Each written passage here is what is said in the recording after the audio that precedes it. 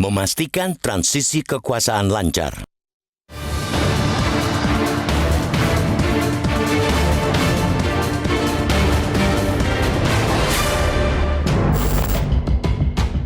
Tahapan pemilu presiden wakil presiden 2024 menapaki babak-babak akhir. Kontestasi yang menguras energi dan emosi bangsa itu pun telah menghasilkan pemenang, sehingga saatnya semua pihak mendukung proses peralihan kekuasaan secara lancar dan damai. Pemenang Pilpres 2024 resmi didapatkan setelah Mahkamah Konstitusi atau MK menolak gugatan pasangan calon presiden Wapres Anies Baswedan, Muhaimin Iskandar, dan Ganjar Pranowo Mahfud MD pada Senin 22 April lalu. Dengan begitu, Prabowo Subianto Gibran Raka Buming Raka secara sah menjadi kampion. Keduanya tinggal menunggu untuk ditetapkan oleh Komisi Pemilihan Umum besok, lalu dilantik menjadi RI 1 dan RI 2 pada 20 Oktober mendatang. Putusan MK adalah palu penanda bahwa kompetisi telah usai. Secara hukum, tidak ada lagi jalan bagi yang kalah untuk menggugat. Secara politik, terlalu berlebihan dan sangat tidak relevan jika masih ada yang mencoba mengotak-atik kemenangan Prabowo Gibran. Justru inilah saatnya semua pihak menanggalkan nafsu perseteruan untuk kemudian memperkuat persatuan demi bangsa dan negara. Sudah waktunya semua kalangan mengubur dalam-dalam rivalitas keras dan membuang jauh-jauh konflik sengit. Kepada Prabowo Gibran, kita mengucapkan selamat telah menjadi juara.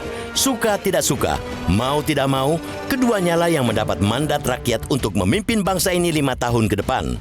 Kepada Prabowo Gibran, kita juga mengucapkan selamat bekerja, selamat menunaikan amanat. Tantangan bangsa di masa-masa mendatang tidak ringan, berat, sangat berat. Di dalam negeri, tidak sedikit pekerjaan rumah yang sudah menanti untuk diselesaikan. Dari luar negeri, ketidakpastian geopolitik dan ekonomi akan mempersulit rintangan yang sudah sulit. Oleh karena itu, putusan MK seyogianya langsung dijadikan start peralihan tongkat estafet kekuasaan. Memang masih ada sekitar 6 bulan sebelum kekuasaan Joko Widodo Ma'ruf Amin berakhir. Akan tetapi, alangkah baiknya jika proses transisi dimulai dari saat ini juga. Alangkah apiknya jika Prabowo Gibran menyiapkan rancang bangun pemerintahan sejak sekarang. Dengan begitu, mereka bisa langsung tancap gas di gigi 4 dalam menjalankan roda kekuasaan untuk melayani rakyat.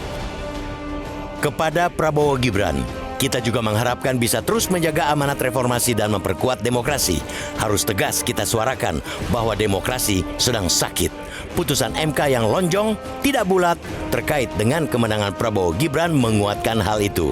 Adanya 3 hakim yakni Saldi Isra, Eni Nurbaningsi, dan Arif Hidayat yang menyatakan dissenting opinion sekaligus mengonfirmasi adanya sejumlah masalah ketidakjujuran dan ketidakadilan dalam Pilpres adalah pengingat bahwa kemenangan Anda berdua tak mulus-mulus amat, tapi berbalut noda, bercoreng jelaga. Kita tidak ingin penyakit yang menjangkiti demokrasi kian parah. Menjadi tugas Prabowo Gibran untuk menyehatkannya. Demokrasi sehat jika ia hidup di ruang yang membebaskan perbedaan pendapat. Pemerintahan akan tetap demokratis kalau masih ada oposisi yang mumpuni untuk mengontrol kekuasaan. Maka dari itu, berikan tempat terhormat bagi partai-partai yang kalah dalam Pilpres untuk tetap beroposisi. Tidak tepat, sangat tidak tepat kalau menjadikan persatuan sebagai dalih, sebagai topeng untuk merangkul mereka semua. Negeri ini memang butuh pemerintahan yang kuat, tapi bukan berarti harus membuat oposisi tak punya arti. Kompetisi sudah usai. Biarkan tiap pihak membangun bangsa di posisi dan peran masing-masing.